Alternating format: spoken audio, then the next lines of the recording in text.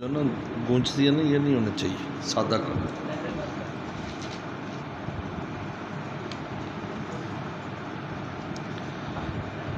فقال علی خدیجہ واخبر الخبر،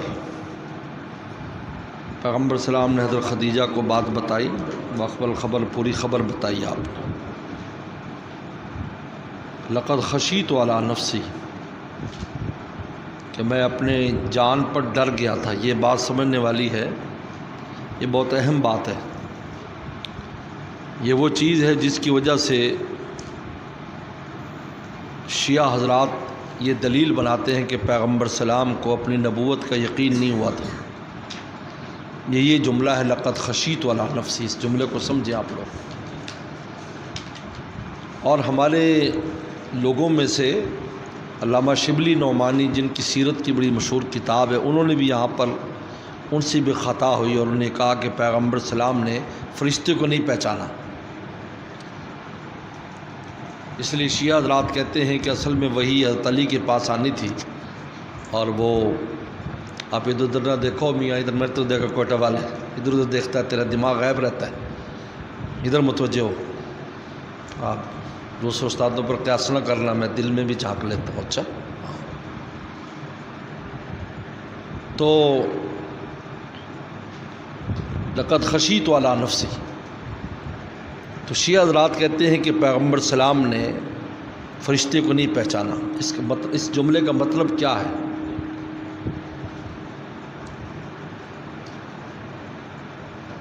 علامہ سندھی رحمۃ اللہ علیہ نے اور ایک اور محدث ہیں، ان دونوں نے یہ کہا ہے کہ خشیت ماضی ہے، کہ میں ڈر گیا تھا اپنی جان پر، یعنی اس وقت ڈر گیا تھا جب وحی آئی، کہ مجھے ایسے لگا کہ میری جان نکل جائے گی، کیونکہ زور سے دبایا، پھر وحی کے بوجھ۔ تو پھر تو معنی بالکل صاف ہے کہ یہ ماضی کی بات بتا رہے ہیں۔ لیکن جمہور کے ہاں، جس میں ابن حجر عسقلانی ہے، علامہ بدر الدین ہے، علامہ قسطلانی ہے، وہ کہتے ہیں خشیتو کا مستقبل کا معنی ہے کہ میں اپنی جان پر ڈرتا ہوں، یہ معنی ہے۔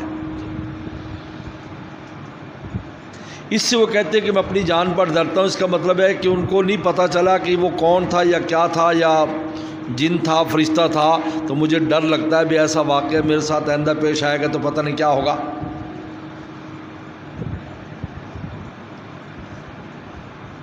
لیکن اس کا یہ مطلب نہیں ہے جو وہ لوگ سمجھ رہے ہیں۔ اگر ہم مستقبل کا معنی بھی لیں تو یہ مطلب نہیں ہے۔ علامہ گنگوہی رحمہ اللہ نے بڑی پیاری بات لکھی، کہتے ایبائے نبوت کا جو بوجھ ہے، اس کی وجہ سے آپ کو اپنی جان پر ڈر تھا کہ اگر اس طریقے پر وحی آئے گی اور اس کا اتنا وزن اور بوجھ ہوگا، ہو سکتا ہے کہ میں اس کا تحمل نہ کر سکوں، میں یہ بوجھ نہ اٹھا سکوں، میں بیمار ہو جاؤں، مجھے موت آ جائے، تو پھر یہ نبوت کا جو اعزاز اتنا بڑا، میں اس سے محروم ہو جاؤں گا۔ میں اس پر ڈرتا ہوں۔ اور سمجھ بات یہ ایسی ہے کہ جیسے آپ کو کوئی بہت بڑی نعمت مل جائے، تو جب آپ کو نعمت مل جائے جو بہت بڑی ہو، جو آپ یہ سمجھیں کہ یہ تو بہت بڑی نعمت ہے، تو آپ کو ڈر لگنے لگے گا یار کوئی چھین نہ لے۔ آپ کی جیب میں 1 لاکھ روپیہ ہو، اب یہ 1 لاکھ روپیہ لے کے جاؤ، تو اب آپ کو ڈر لگے گا یا نہیں؟ اور عام حالت میں آپ میں کوئی ڈر نہیں ہوگا۔ تو لقد خشیت علی نفسی کا حضرت گنگوہی رحمہ اللہ نے بڑا پیارا معنی کیا کہ ایبائے نبوت جو ہے، نبوت کا جو بوجھ تھا اور نبوت کی جو نعمت ہے، اس کا اگر اس طریقے پر وزن مجھ پر پڑتا رہا، اور وہی اس طرح اس وزن کے ساتھ میرے اوپر آتی رہی، تو بیمار ہو جاؤں گا یا مجھے موت آ جائے گی۔ تو پھر میں نبوت کی نعمت جو امت میں تبلیغ کرنا اور امت تک جو ہے اللہ کی بات کو پہنچانا، میں اس سے محروم ہو جاؤں گا۔ لقد خشیت علی نفسی، میں اپنی جان پر ڈرتا ہوں، یہ اس لیے فرمایا ہے۔ بالکل بہترین بات ہے یہ، کہ نبوت کی ذمہ داریاں میں نبھا نہیں سکوں گا۔ جس طرح ایک آدمی کو بہت بڑی ذمہ داری دی جائے تو وہ بچارا پریشان ہو جاتا ہے کہ یار یہ کیسے ہوگا، یہ میں اس کو کیسے کروں گا، اور ایک دم اس پر ذمہ داری ڈال دی جائے، ایک دم ذمہ داری، ایک تو ہوتا ہے نیچے سے اوپر جاتے، ایک دم بڑی ذمہ داری ڈال دی جائے۔ 40 سال تک تو آپ کو یہ علم نہیں تھا کہ آپ کے اوپر یہ ذمہ داری یکدم ڈالی اور یکدم اتنی بڑی ذمہ داری اور جبریل السلام نے دبایا اور پھر اقرا کی آیات اور اتنا اس کا بوجھ. حالانکہ اقرا کے جو الفاظ ہیں یہ آپ رسول اللہ صلی اللہ علیہ وسلم نے زندگی میں کتنی بار بولے ہوں گے، لیکن جب وہ وحی میں آئے تو زبان پر نہیں آ رہے. سمجھیں؟ اس لیے قرآن نے کہا وَلَقَدْ يَسَّرْنَا الْقُرْآنَ، ہم نے قرآن کو آسان کیا ہے. قرآن آسان نہیں ہے، ہم نے آسان کیا ہے. اللہ فرما رہے ہیں یاد رکھو، لِلذِّکر لِلْحِفْظ، حفظ کے لیے ہم نے. ذکر کے دو معنی لکھے، حفظ اور ذکر کا معنی نصیحت. تو خشیت والا نفسی کا یہ مطلب ہے کہ میں اپنی جان پر ڈر گیا، اور یہ ڈر کی کیفیت یہ آپ پر تھی تو آپ نے کہا زمیلونی زمیلونی زمیلونی زمیلونی. اور اگر خدا نخواستہ ہم یہ مطلب بھی کر لیں چلو کہ آپ نے فرشتوں کو نہیں پہچانا، پھر بھی آپ کے منصب نبوت میں اس میں کوئی شک نہیں، کوئی فرق نہیں پڑتا. کیوں؟ حضرت ابراہیم صلی اللہ علیہ وسلم نے فرشتوں کو نہیں پہچانا، حالانکہ رات دن فرشتے آتے تھے. نکرہم ووجس منہم خیفہ، نکرہم ووجس منہم خیفہ، نہیں پہچانا. لوط علیہ السلام نے نہیں پہچانا، انکم قوم منکرون، تم تو بہت اجنبی لوگ ہو جو میرے پاس آئے. انہوں نے کہا نہیں، ہمیں اللہ تعالی نے بھیجا، ہم فرشتے ہیں. جبریل صلی اللہ علیہ وسلم کو آپ نے نہیں پہچانا، حدیث جبرائیل میں نہیں پہچانا، جنہیں 3 سوال کیے حدیث میں نہیں پہچانا آپ. تو اگر ابتدان نہ بھی اگر نبی پہچانے تو تب بھی اس کی نبوت میں کوئی فرق نہیں آتا. اگر خدا نخواستہ ہم یہ معنی کریں، اول تو یہ معنی نہیں ہے. اس لیے امام غزالی نے لکھا ہے کہ نبی جو ہے اس پر وحی آتے ہی 3 چیزوں کا علم بدیہی ہوتا ہے. یعنی جس طرح سورج نکلا ہوا ہمیں علم ایسے 3. نمبر 1 کہ میں نبی ہوں، فوراً یقین ہو جاتا ہے کہ میں نبی ہوں. نمبر 2 اس بات کا یقین ہوتا ہے کہ آنے والی وحی ہے. نمبر 3 اس کا مطلب اور مطلب کیا ہے اس وحی کا، اس کی پوری تفصیلات اس کے سامنے آ جاتی ہیں. اس لیے پیغمبر اسلام ایک آیت کے بارے میں کیسی تفسیر فرماتے ہیں، یہ معنی ہے، یہ معنی، پوری تفصیلات اس کے سامنے اس آیت مبارکہ کی آ جاتی ہیں، اس وحی کی آ جاتی ہیں. یہ 3 چیزوں کا علم جو ہے وحی آتے ہی علم بدیہی کی طور پر، علم ضروری کی طور پر پیغمبر کو ہو جاتا ہے. اپنے نبی ہونے کا یقین ہوتا ہے، اور یہ فرشتہ تھا جو وحی لایا ہے، اور اس کا مطلب کیا ہے، معنی کیا ہے. لقد خشیت علی نفسی، میں اپنی جان پر ڈرتا ہوں. اور یہ جو خوف کی کیفیت، یہ خوف کی کیفیت کیوں رہی ہے؟ عجیب بات ہے یہ خوف کی کیفیت. آپ آئے تو آپ کپ کپا رہے تو آپ پر خوف کیفیت. اصل میں خوف کی کیفیت ہی یہ خشیتوں کی وجہ ہے. علم یقین کی وجہ سے خشیت ہوا ہے. انما یخشی اللہ من عباد العلماء، علماء اللہ سے خشیت کرتے ہیں اور ڈرتے ہیں. کیوں؟ اس لیے کہ ان کو یقین ہو جاتا ہے ذات الہی کی عظمت کا، تو ان کے دل میں ڈر پیدا ہو جاتا ہے. تو خشیت دلیل تیقن ہے. خشیت کیا ہے؟ انہیں یقین ہو گیا کہ اللہ کی وحی ہے اور میں نبی ہوں. اب ان میں خشیت پیدا ہو گئی. فرمایا انما اخشاکم، میں تم میں سب سے زیادہ اللہ سے ڈرنے والا ہوں. یہ خشیت خود دلیل ہے تیقن کی. دیکھو آپ بتائیں، ایک آدمی آیا کہ اس کو مثلا کوئی جنات کا واقعہ ہو گیا، اور ہنس ہنس کے بتایا میں گیا مجھے جن چبڑ گیا سے، آپ یقین کریں گے؟ اور اگر وہ آیا اس وقت بیان کرتے ہوئے بھی کپ کپا رہا ہو، ایسے ہوا تھا ایسے ہوتا، حالانکہ پرانا قصہ ہے، پھر بھی اس کو جھرجھری آ جائے، آپ کو یقین ہو جائے گا کہ ہاں یہ ٹھیک کہہ رہا ہے یار، اس کے ساتھ کوئی ایسا بہت بڑا واقعہ پیش آیا ہے. تو رسول اللہ جب اس طرح گھبراہٹ میں آئے کہ آپ کا دل کپ کپا رہا تھا، تو اماں خدیجہ کو جب بتایا تو ان کو یقین ہو گیا کہ ان کے ساتھ کوئی بہت بڑا واقعہ پیش آیا ہے. دوسروں کی یقین کا بھی ذریعہ بنا. چنانچہ حدیث شریف میں بھی آتا ہے کہ یہ رسول اللہ صلی اللہ علیہ وسلم پر یہ جو کیفیت طاری ہوئی تھی، بنی اسرائیل کو علماء کو یقین کرنا پڑا کہ بالکل صحیح واقعہ ہوا پیش آیا ہے. کیونکہ پیغمبروں پر جب ابتدا میں وحی آتی ہے، حضرت موسیٰ علیہ السلام پر آئی تو بھاگے یا نہیں بھاگے؟ ولم یعقب، پیچھے مڑ کے بھی نہیں دیکھا. فرمایا خذھا ولا تخف انی سنعیدھا سیرۃ الاولیٰ، انا سنعیدھا، ہم دوبارہ ویسے کریں، سنعید سیرت الرحم، ویسے دوبارہ کر دیں. تو یہ جو خشیت کی کیفیت تھی آپ پر، یہ خود دلیل ہے کہ واقعی ایسا واقعہ پیش آیا اور آپ کو یقین تھا کہ آپ نبی ہیں. سمجھ آ رہے بات ہے؟ یہ لقد خشیت علی نفسی. فقال خدیجہ کلا.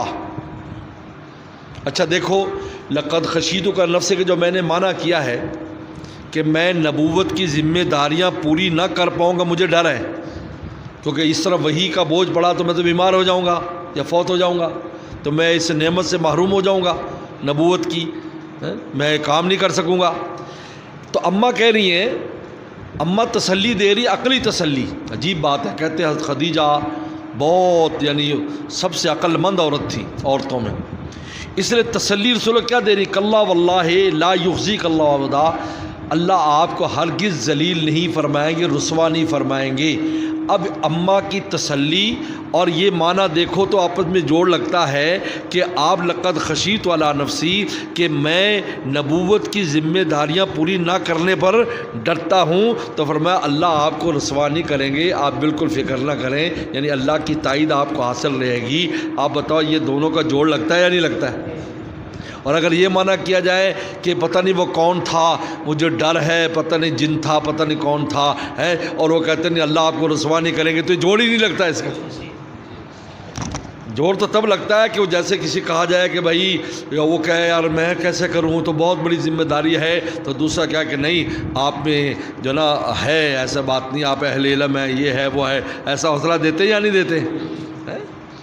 کتنے طالب علموں کی ڈیوٹی اب لگا دیتے ہیں، بھائی فلاں کرا ہوگا، یہ تو بڑا نہیں بھائی کر سکتے ہو تم، فکر نہیں کرو، پڑھا نہیں ہے تم نے، یہ نہیں کیا وہ، تو وہ حوصلے میں آ جاتا ہے. تو یہ اماں عائشہ، اماں خدیجہ رضی اللہ کی جو تسلی ہے، وہ تسلی اس معنی کے ساتھ ہی جڑتی ہے کہ خشیت علی نفسی کا معنی یہ ہے کہ میں نبوت کی جو ذمہ داریاں ہیں ان کے پورا کرنے سے ڈرتا ہوں، پورا ہو سکے گی یا نہیں، کیونکہ وہی ایسے آتی رہی تو میں بیمار پڑ جاؤں گا یا مجھے موت آ جائے گی. تو یہ جوڑ اس کے ساتھ لگتا ہے. اس لیے اماں نے جو تسلی دی، عقلی تسلی، عقلی تسلی دی. اور آگے ورقت بن نوفل آ رہا ہے، انہوں نے نقلی تسلی دی، یعنی نقل کیا، نقل بیان کی کہ ہاں ایسے ہوگا. آپ نے عقل سے کہا، اور آگے جو ہے نا وہ آ رہا ہے آخر میں جا کر جو ہے ہرقل کی وہ حدیث، اس کے اندر نقلی عقلی دونوں دلیلیں ہیں. یاد رکھو ایسی جو دلائل ہوتے ہیں ان کو یہ دلائل النبوہ کہلاتے ہیں. یاد رکھو دلائل النبوہ، نبوت کے دلیلیں. تو نبوت کے دلیلوں میں سے اماں نے عقلی دلیل پیش کی، کلا واللہ ہرگز نہیں، خدا قسم، لا یخزیک اللہ ابدا، اللہ آپ کو کبھی بھی رسوا نہیں فرمائیں گے، یعنی آپ فیل نہیں ہوں گے اس کام میں، کو فکر نہ کریں. اس میں دوسری روایت میں ہا لا یحزی، یحزی میں نے محروم کرنا، اللہ آپ کو محروم نہیں کریں گے، اس نعمت سے محروم نہیں کریں گے. اب یہ دیکھو وہ معنی جوڑ لگ رہا ہے یا نہیں لگ رہا ہے؟ حضرت گنگوئی والا کیوں محروم نہیں کریں گے؟ کیونکہ آپ میں اچھے اخلاق ہیں. یہ دیکھو یہ ہے. اس سے ایک بڑی اہم بات محدثین نے لکھی ہے جو پلے باندھنے والی، کہ انسان اپنے اخلاق کو اچھا کر لے، اللہ اس بندے کو ضائع نہیں کرتے، اس سے کام لیتے ہیں. سن لو، اخلاق اچھے کرو. ان میں سب سے پہلے انک لتصل الرحم، آپ صلہ رحمی کرتے ہیں، صلہ رحمی کرتے ہیں، عزیزوں کا، عزیز و اقارب کا جو ہے نا وہ ذمہ داریاں نبھاتے ہیں آپ. یہ صلہ رحمی، پہلے صلہ رحمی کو بیان کیا ہے. یہ اتنی اہم چیز ہے صلہ رحمی کرنا، اس لیے کہ غیروں کے ساتھ سب حسن سلوک کر لیتے ہیں. کہتے ہیں ہم تو غیر چنگے نے، اس لیے کہ غیروں نے آپ کی کمی نہیں دیکھی ہوتی نا، دور سے دیکھا ہوتا ہے. اپنوں نے کمی بھی دیکھی ہوتی، اپنوں کی طرف سے ایسی باتیں پیش آتی ہیں جو ناگوار ہوتی ہیں. تو رسول اللہ دیکھو چچا کے گھر میں پلے بڑے، چچوں کے اندر پلے، چچوں میں، اور سب سے پہلے چچوں نے مخالفت کی ہے نہیں، چچوں مخالفت، لیکن آپ نے کسی کو کچھ کہا نہیں، بلکہ ابو لہب کے بارے میں بھی آپ نے کہہ دیا کہ ابو لہب جو ہے وہ جس وقت اس نے صوبیہ کو آزاد کیا تھا روزانہ، اس وقت اس کی انگلی میں دودھ پیدا ہوتا ہے جو وہ چوستا ہے جہنم میں. یہ بھی فرمایا ہے، یہ حدیث یہاں تک فرمایا ہے. نظر کیجیے آپ، یعنی رسول اللہ کی خوشی میں اس نے جب وہ پیدا ہوئے تھے تو اس وقت صوبیہ کو آزاد کیا تھا. اس وقت بھی اللہ تعالیٰ اس پر وہ فرما دیتے ہیں، اس کو فائدہ پہنچا دیتے ہیں. اب انہوں نے سب سے پہلے مخالفت کی، لیکن آپ نے کیا، لا تثریب علیکم اليوم، اب فتح مکہ ہوا، فرمایا تم پر کوئی جناب وہ نہیں ہے، کوئی قدغن نہیں ہے، لا تثریبہ، کوئی جرم نہیں، کچھ نہیں، سب معاف. ان تصر رحم وتحمل الکلہ، کل کہتے ہیں جو ناکارہ کا بوجھ اٹھاتے ہیں، یتیم، بیوہ، اپاہج، معذور، بیمار، ان پر خرچہ کرتے ہیں آپ، یہ ہے تحمل الکل، ناکارہ کا بوجھ اٹھاتے ہیں. تکسب المعدومہ، معدوم المال، یہ لفظ المال آگے نکلے گا، آپ معدوم مال کو کماتے ہیں، یعنی تجارت کرتے ہیں، محنت کرتے ہیں. کہتے ہیں آپ محظوظ التجارت تھے، جس کام میں ہاتھ ڈالتے دروازے کھل جاتے تھے. یہی چیز تو خدیجہ نے دیکھ لی تھی، جو میسرہ غلام کو بھیجا، بہت ذہین فتین و پڑھی لکھی تھی، انہوں نے پہلے دیکھ لیا کہ ان کی کچھ شان ظاہر ہونے والی ہے، شادی کی پیشکش کر دی، کہا مال بھی میرا، جان بھی آپ کی، مال بھی آپ کا. سب سے زیادہ مال انہوں نے خرچ کیا رسول اللہ پر، سب سے پہلے انہوں نے خرچ کیا، باقی سارے بعد میں آئے. 25 سال کی عمر تھی تو مال ہاتھ میں دے دیے، سارا مال آپ کا. تو تقسیم معدوم المال، مال کو کماتے ہیں، تقسیم معدوم. بعد نے کہا کہ معدوم سے مراد ہے یعنی جو کسب نہیں کر سکتے، یعنی ان کو ڈھونڈ کے لاتے ہیں ان لوگوں کو. کسب میں نے جس طرح انسان مال پیسہ کماتا ہے ڈھونڈ کر، اس طرح ضرورت مندوں کو ڈھونڈتے تھے آپ، بھئی کوئی ضرورت مند ہے، یہ کسب کرتے تھے باقاعدہ. ایک تو تھا دروازے پر آئے، ایک خود جا کر دیکھتے ہیں بھئی کوئی ضرورت مند ہے، وہیں ضرورت پہنچاؤ. اور تیسرا معنی بڑا عجیب لکھا ہے، تکسب المعدوم، معدوم کو صاحب کسب بنا دیتے ہیں، یعنی لوگوں کو متوجہ کرتے تھے کہ مانگنے کی بجائے کام کے ہو جاؤ. چنانچہ وہ صحابی آئے، انہوں نے کہا کہ جی میرے پاس پیسے نہیں، پر میں تیرے گھر میں کچھ ہے، کہتے ٹاٹ اور پیالہ کے لیا، ٹاٹ اور پیالہ اس کا بیچا 2 درم میں، اور 1 درم کی کلاڑی لے کر دی، اور ڈنڈا خود اس میں اپنے دستے مبارک سے لگایا، کہا کہ جا لکڑیاں کاٹ کر بیچا کر، اور دوسرا کہا کہ اپنے گھر والوں پہ خرچ کر. اور وہی چند دن کے بعد ہے کہا کہ حضرت 11 درہم مجھے بچ گئے کھانے پینے کے بعد بھی. یہ تکسب المعدوم، یعنی گداگری کرنے کی بجائے صاحب کسب بنا دیتے ہیں، اس کو ایسے کام پہ لگا دیتے ہیں. یہ صاحب کسب کہ بھائی یہ لو بھائی تم کو کام کرو، یہ نہیں ہے کہ با مانگتے پھرو. وتقری الضیفہ، مہمان نوازی کرتے ہیں. اللہ آپ کی مہمان، یہودی آتے ہیں ان کی مہمان چادر بچھا دیتے ہیں جو ہوتی ہے. عجیب بات ہے، بہت اونچا وصف مہمان نوازی جو سب سے کم ہم لوگوں میں پایا جاتا ہے. مولوی صاحب نے تقریر کی کھیر کی فضیلت پر، کھیر پکانے کا یہ فائدہ. تھوڑی دیر کے بعد کھیر پک کر آ گئی، مسجد میں مقتدی بیٹھے، سب نے کھائی اور بڑی دعائیں دی اس کو. بعد میں گھر گیا تو بیگم نے پوچھا کھیر کیسی تھی؟ کہتا اللہ کی بندی تیرے لیے تھوڑی تقریر کی تھی، وہ تو محلے والوں کے لیے کی تھی کہ وہ بھیجیں گے، تو نے میرا مال ہی پکا کے بھیج دیا.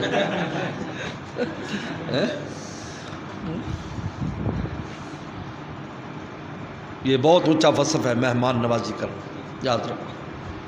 مہمان سے کبھی دل چھوٹا نہ کرے آدمی. پیغمبر صاحب قرضہ تک لے لیتے تھے مہمانوں کے لیے. آج ہمیں تو قرضے کی ضرورت بھی نہیں، اللہ کا شکر ہے، پھر بھی اینٹ مروڑ ہو جاتی ہے کہ یہ کیا ہو کہاں سے کریں. حالانکہ ایسا نہیں ہے، سب قرضہ لیتے تھے کہ بھائی قرض لے آؤ، یہ لو مطلب اپنے کپڑا بھیج دیتے، یہ میرا رومال لے جاؤ فلاں یہودی سے لے آؤ، اس مہمان کے لیے کھانا پکانا ہے. تقر الضیف. وتعین علی نوائب الحق، اور حق مصیبتوں میں مدد فرماتے ہیں. نوائب کہتے ہیں نائبہ کی جمع، نائبہ کہتے ہیں مصیبت. حق یعنی حق مصیبتیں، یعنی کیونکہ جو مصیبت ہوتی ہے 2 طرح کی ہوتی ہے. ایک شر ہوتی ہے، جیسے کسی پر ظلم و ستم کرنا ہے، یہ کرنا ہے تو چلو جی مل جاؤ جی اکٹھے ہو جاؤ، اس کے خلاف یہ کام کرنا ہے. ایک ہوتا ہے حق. 2 طرح کی حق بھی آسمانی، جیسے آسمان سے باغ تھے وہ اجڑ گیا، کھیتی تھی پیدا وہ جو ہے نا خراب ہو گئی اور بیچارہ غریب ہو گیا. ایک ہے کہ چٹی پڑ گئی خام میں، کوئی چٹی اس کے ذمے آ گئی، یا قتل خطا ہو گیا، اب دیت دینی ہے اور وہ دیت دینے کا اب اس کے پاس پیسے نہیں ہیں. ان چیزوں میں آپ جو ہے نا وہ تعاون کرتے تھے، شر میں تعاون نہیں کرتے تھے۔ کیا قوم جمع ہو جائے اور جمع ہو کر جی ہم نے جیسے قریش والے کرتے تھے، اکٹھے ہو جاؤ، چندہ اکٹھا کرو، فلاں قوم کے خلاف، فلاں قبیلے کے خلاف دھاوا بولنا ہے، آپ اس میں کبھی حصہ نہیں لیا آپ۔ لیکن حق مصیبت ہوتی تو دروازے کھول دیتے تھے، 100 اونٹ بھی دے دیتے کہ جاؤ لے جاؤ، جو اب جی اس نے دیت دینی، یہ دینی، وہ دینی۔ حق مصیبتوں مدد کرتی۔ اسی طریقے پر کوئی جھگڑا ہو جاتا قوم میں، جس طرح حجر اسود کے رکھنے میں جھگڑا ہوا تو فرمایا بھی سارے پکڑ لو چادر کو، اور آپ نے دستے مبارک سے رکھ دیا، کسی کو اختلاف نہیں ہوا۔ یہ نوائب حق میں، اس لیے حق لفظ لگایا ہے، مطلق نوائب نہیں کہا۔ تو فی النوائب ہی نوائب الحق، یعنی وہ مصیبتیں جو مصیبتیں سچی ہوتی، جو شر نہیں ہوتی تھی، خیر ہوتی تھی، اس میں مدد فرماتے تھے۔ فانطلقت به خدیجہ، یہ بات یہاں سے غور سے دیکھو، اماں خدیجہ لے گئیں، رسول اللہ نے کہا ہے کہ مجھے لے جاؤ، یہاں ہے کہیں؟ یہاں ہے کہیں؟ نہیں۔ آپ کو تو یقین تھا، اماں اپنی تسلی کرنا چاہتی تھی، تو نے فرمایا چلو۔ آپ تو چاہتے تھے کہ ان کو یقین ہو، گھر والوں کو، سب سے پہلے تو گھر سے معاملہ ہے، ان کے یقین ہو میں نبی ہوں، چلو یہ جہاں سے تسلی کریں چلو۔ فانطلقت بھی، آپ نے نہیں کہا مجھے لے جاؤ کہ اپنے بھائی سے، وہ بڑا لکھا ہے، وہ عالم ہے، اسے جا کر پتہ کرتے ہیں بھی میرے ساتھ کیا معاملہ پیش ہے، کچھ مجھے سمجھا دے۔ سمجھ آ رہا بات ہے؟ یہ سمجھو اس بات کو، آپ نے نہیں کہا فانطلقت بھی خدیجہ، کسی روایت میں نہیں آتا کہ آپ نے کہا کہ مجھے لے جاؤ تسلی کے لیے۔ یہ بہت اہم باتیں، آج یہ وہ باتیں ہیں جو سوشل میڈیا کے اوپر اڑائی جاتی ہیں، اور مولوی بیٹھا رہتا ہے کہ میں کیا جواب دوں، آپ سمجھ لو یہاں پر میری بات۔ اس لیے میں ہمیشہ تقریر میں اس بات کو سامنے رکھتا ہوں کہ وہ چیز ہو جس کا آپ کو میدان میں بھی فائدہ ہوگا۔ اس لیے علمی بحث ہی نہ سمجھو کہ بھائی یہیں ہوگی درس گاہ کی، ہمیں جو واسطہ پڑتا رہتا ہے، الحمدللہ، اللہ کا شکر ہے، یہ ساری تفصیلات سامنے رکھتے ہیں، نہیں انہی سے استدلال کر کے غلط معنی نکالتے ہیں۔ یا حضرت خدیجہ کے لے گئے تسلی کے لیے، یہاں کہاں لکھا ہے کہ مجھے لے کے جاؤ؟ اماں لے کے گئی اپنی، تو اماں تو ٹھیک، اماں تسلی کر سکتی ہیں، اماں کریں تسلی۔ اتت بھی ورقت میں نوفل بن عبد العزیٰ، ورقت میں اور نوفل عبد العزیٰ کے پاس لے گئی، ابن عم خدیجہ، حضرت خدیجہ کے چچا زاد بھائی ہیں، جو کہ نوفل اور حضرت خدیجہ کے والد خویلد یہ بھائی ہیں، ان کے والد عبد العزیٰ ہیں، اسد ہے، نوفل اور خویلد، ان کے والد کا نام اسد ہے، یہ دونوں بھائی ہیں، اور اماں ایک ہی بیٹی ہیں اور وہ دوسرے کے بیٹے ہیں، ورقہ۔ کان من تنصر فی الجاہلیہ، یہ زمانہ جہل میں عیسائی ہو گئے تھے، عیسائی۔ اصل میں ایک بہت بڑی اہم بات ہے کہ جب بھی سورج نکلتا ہے تو سورج کے نکلنے سے پہلے سفیدی آ جاتی ہے اور مطلع سرخ ہو جاتا ہے، یہ دلیل ہے کہ سورج نکلنے والا ہے۔ جب بھی کوئی بڑی شخصیت آنی ہوتی ہے اور پیغمبر نے آنا ہوتا ہے تو لوگوں کے دل میں ایک تیقظ، جن کے دل میں خیال ہوتی ہے، ان میں بیداری پیدا ہو جاتی ہے کہ یار کوئی اچھا وقت آنے والا ہے، تو وہ خیر کے متوجہ ہو جاتے ہیں۔ تو پیغمبر سلام کے آنے سے پہلے ہی قلوب میں یہ چیز پیدا ہو گئی تھی، چنانچہ ان میں یہ ورقہ بھی تھے جو مشرک تھے پہلے، انہوں نے کہا کہ نہیں یہ دین صحیح نہیں ہے، شرک والا، یہ عیسائی ہو گیا۔ اس کے بعد عیسائیت ٹھیک تھی۔ ان میں جبیر ابن مطعم کے والد بھی تھے، مطعم بن عدی، وہ بھی گئے، لیکن وہ عیسائی نہیں، انہوں نے پردہ پکڑ کر کہا خانہ کعبہ کا، اللہ میں دین ابراہیم پر ہوں۔ ان میں اماں خدیجہ بھی ہیں کہ جن کے دل میں یہ تقظ ہوا کہ یہ چیز جو ہو رہی ہے یہ صحیح نہیں ہے، تو انہیں جب رسول اللہ کے آثار دیکھے تو فوراً متوجہ ہو گئی۔ سمجھ آ رہا ہے نہیں آ رہا ہے؟ کیونکہ ان کے دل میں خیر تھی۔ تو یہ بھی عیسائی اسی لیے بنے کیونکہ رسول اللہ نے آنا تھا نا، سورج آنے والا ہے تو سفیدی آ رہی ہے۔ اب ملاقات، اس لیے آپ نے خود فرمایا حضرت جبیر بن مطعم سے کہ تمہارے والد اگر زندہ ہوتے، مطعم بن عدی، اور وہ مجھے سفارش کرتے کہ میں ان بدر والے ان کو چھوڑ دوں تو میں سب کو آزاد کر دیتا بغیر فدیے کے، یہ آپ نے فرمایا۔ اور دوسرے یہ ورقہ ہے جو ایمان بھی لے آیا، ابھی آ رہا ہے، اور اماں ہے اماں تو اماں ہوگی. لہٰذا یہ عیسائی بن گئے جاہلیت میں. کانا یکتب الکتاب العبرانیہ، یہ عبرانی زبان میں تورات لکھتے تھے، یعنی ان کو اللہ نے بڑی مہارت دی تھی عبرانی میں بھی اور عربی میں بھی. تو کبھی عربی سے ترجمہ کر کے عبرانی، کبھی عبرانی سے عربی، اس طرح کی کتابت کا کام کرتے تھے. وہ پھر وہ تورات میں ہو جاتی تو وہ پھر اس کو فروخت کر دیتے، جیسے قرآن مجید انسان لکھتا ہے جب چھپتے ہیں. یکتب من الانجیل، یہ انجیل لکھتے تھے، تو انجیل بالعبرانی، عبرانی میں ماشاء اللہ یکتب، جب تک لکھتے رہے، یعنی یہ کام ان کا تھا. بولے خوش خط تھے تو یہ ان کا کام تھا، یہی ان کا ایک پیشہ تھا کہ وہ انجیل لکھتے تھے. پھر انجیل فروخت ہو جاتی تھی اور وہ بڑی قیمتی فروخت ہوتی تھی، کیونکہ ایک ایک انجیل ہی ایک جو ہے نا وہ گرجے میں ہوتی تھی جہاں پر سب آ کر سنتے تھے. اس طرح قرآن مجید عام نہیں تھا کہ ہر ایک کو یاد ہو، یہ تو اس امت کی خصوصیت ہے. کان شیخن کبیر قدمیہ، وہ بہت بڈھے ہو گئے تھے اور نابینا ہو گئے تھے. جب رسول اللہ گئے نا اس وقت نابینا تھے. قال لو خدیجہ، اماں خدیجہ نے کہا یبن عم، اے چچا زاد بھائی، اسمع من ابن اخیق، چچا زاد بھائی اپنے بتیجے کی بات سنو. یعنی اپنے رسول اللہ کو بتیجا کہا اور ان کا اس لیے کہ عمر کی وجہ سے، کیونکہ رسول اللہ جو ہے نا وہ جوان تھے. اماں کی عمر تو زیادہ تھی نا. اماں کی عمر کتنی ہوگی جب رسول اللہ کی 40 سال عمر ہے؟ بتاؤ. 55 سال ہوگی نا، 15 سال بڑی تھی نا.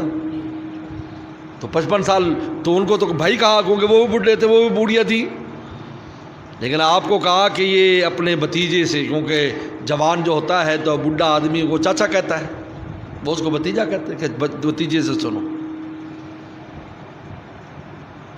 فقال ورقہ ابن اخی ماذا ترى، کہا کہ ہاں بھتیجے تو نے کیا دیکھا. فخبر اور وسلم خبرہ مارا، ساری وہ بات بتائی ایسے ویسے ہوا. قال انہوں نے کہا کیا کہا. قال ورقہ ھذا الناموس الذی نزل علی موسیٰ، کہ یہ وہ رازدان ہے جو اللہ نے موسیٰ علیہ السلام پر بھیجا تھا. فوراً کہا. یہ نقلی تائید ہے. یہ کیا ہے؟ وہ عقلی تھی اماں کی اور یہ نقلی. ناموس اس رازدان کہتے جو خیر کا رازدان ہو، اور جاسوس جو شر کا ہو، جیسے ایجنسیوں والے کرتے ہیں، یہ شر کے جاسوس رازدان. ناموس خیر کا رازدان، یعنی ناموس کا جاسوس نہیں کہا. سن لو، ناموس رازدان، ناموس رسالت. یہ خیر، یہ وہ رازدان ہے جو اللہ نے موسیٰ علیہ السلام پر بھیجا. اچھا عیسیٰ کیوں نہیں کہا؟ حالانکہ عیسائی تھے، کیونکہ عیسیٰ علیہ السلام میں اختلاف تھا نا، یہودی نہیں مانتے تھے، لیکن موسیٰ علیہ السلام کا کیونکہ اس میں وہ سب مانتے تھے، اس لیے اس نبی کا نام لیا جو سب میں متفق علیہ تھے. یاد رکھو. اور تھے بھی بڑے وہ پیغمبر تھے، موسیٰ علیہ السلام تو بہت بڑے پیغمبر تھے.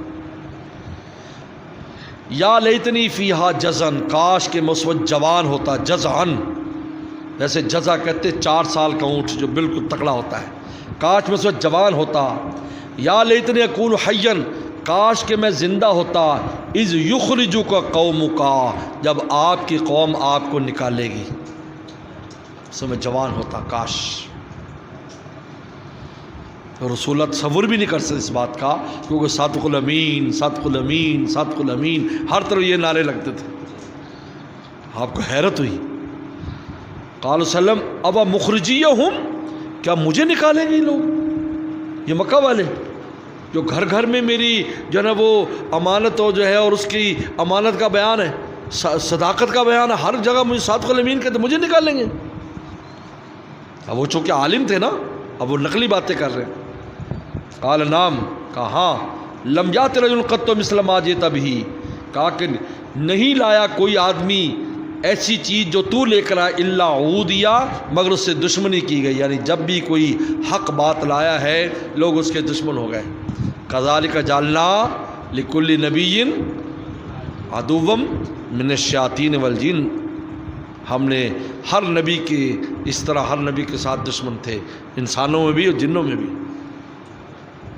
لوگ کہتے ہیں ہم تو کسی ہم سے کیوں لوگ دشمنی کرتے ہیں؟ بھائی جب بھی خیر کا کام کرو گے دشمن آپ کے پیچھے ہیں، انسانی بھی جنی بھی، جن بھی پیچھے. ہاں جن بھی. وَيُدْرِكْنِي يَوْمُكَ، اگر مجھے تمہارا دن مل گیا، یدرکنی یوم، تمہارا دن مل گیا، یعنی جس دن آپ اپنی نبوت کا اعلان، کیونکہ ابھی آپ نبی ہیں، ابھی آپ کو تبلیغ کی اجازت نہیں ہوئی، یہ کب ہوئی؟ 3 سال بعد، یا ایھا المدثر قم فانذر۔ اگر میں وہ تیرا آپ کا دن پایا، انصر نصرا مؤزرا، تو میں آپ کی بڑی مضبوط مدد کروں گا۔ بے بڈھا آدمی کیا مدد کرے گا؟ تائید کرے گا نا، کیونکہ پڑھے لکھے ہیں، تو پڑھے لکھے کی بات مانی جاتی، تو میں تائید کروں گا کہ یہ بالکل ٹھیک ہے، سچے نبی ہیں۔ لیکن وہ اگر میں وہ دن پایا، لیکن لم ینشب ورقہ ان توفیا، لیکن نہیں ٹھہرے ورقہ مگر فوت ہو گئے، کچھ عرصے کے بعد ہی ان کا انتقال ہو گیا۔ یہ ورقہ نے جو دلائل دیے ہیں، یہ دلائل نقلیہ ہیں، اور اماں نے جو دلائل دیے وہ دلائل عقلیہ ہیں۔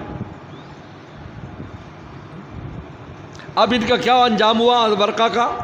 ابن حجر عسقلانی نے تو صحابہ میں شمار کیا ان کو، انہیں پہلا صحابی لکھا، لیکن ایسا نہیں ہے، کیونکہ صحابیت شروع ہوتی ہے جب آپ پر رسالت آئی، نبی کے بعد رسول بنتا ہے، رسول جو تبلیغ کرے گا آگے، اور وہ 3 سال کے بعد ہوا۔ اس کے بعد سب سے پہلے سیدنا صدیق اکبر آپ پہ ایمان لے کر آئے۔